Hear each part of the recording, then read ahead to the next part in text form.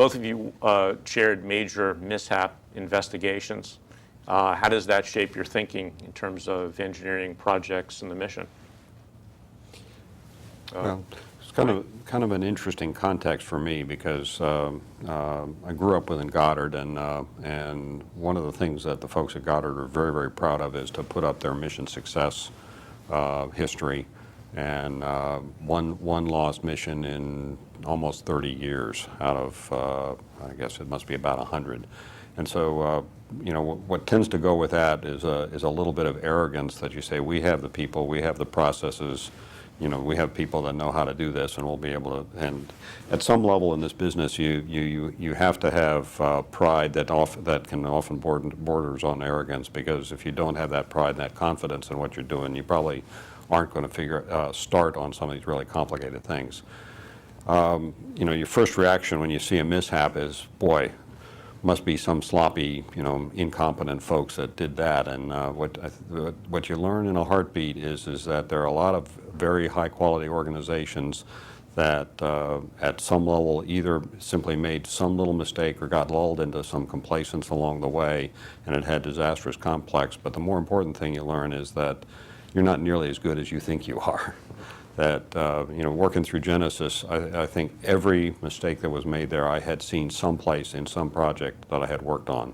There had been enough other checks and balances and safety nets so that we never had a disaster like that, but I'd seen every attribute in that, and you know, having read a whole bunch of other mishap reports, you see the same kinds of things happening again.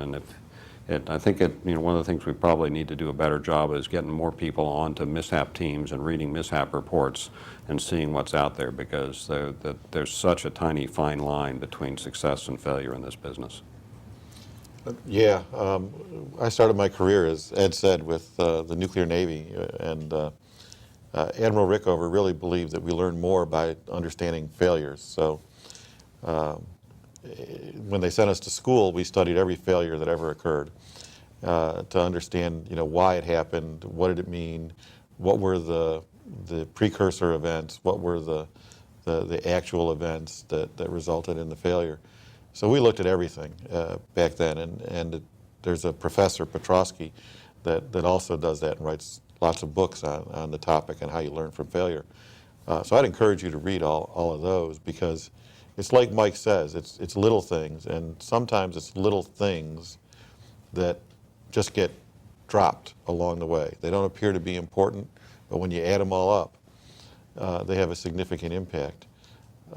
I'd been on mishap boards before, but the one that I chaired was probably the strangest for me, because it seemed absolutely trivial. It was NOAA N-Prime. The spacecraft fell over. The spacecraft fell over because the team didn't put any bolts to hold the spacecraft down. So when they started tipping it, it kept on going. You know, that's, I mean, what could be simpler to figure out, right? Well, it turned out it wasn't so simple, because it was a whole bunch of little things, a whole sequence of things that many organizations, that the contractor did, that the government inspectors did, that NASA did, saying, well, this is a good organization. They know what they're doing. They don't have to worry about this.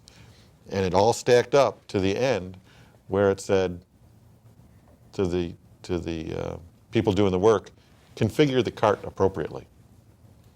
Okay? And it told the inspectors to make sure that the cart was configured appropriately. Well, okay, now if you put a new team together and a new inspector together, and you put them on a tight time schedule, how do they know what configured appropriately means? So we had to go back a long way. So one of the things I would encourage, is along the lines of what Mike said, is I think people should get on mishap boards. I think it's good for people to do that. But fortunately, we don't have a lot of mishaps. So fortunately or unfortunately, you won't get on a lot of mishap boards. You won't have many opportunities. But there's a lot of really good books about that. Petrosky is an author you can go to and Google that, and you can see all of his texts, and you can pick them up in many places so you can learn about it. And there's new books coming out as well that talk about it. There's a new book about one that I'm actually going to have to pick up about the SL-1 incident, which was a reactor that was built in the 1950s and operated in the 1960s by the Army. And it had a failure, and there's new information. So it's one of the ones I had to learn when I was a young ensign. So it'll be kind of fun to see what they learn. But I would encourage you, if you can't get on a Mishap board, to take the time and read some of those books.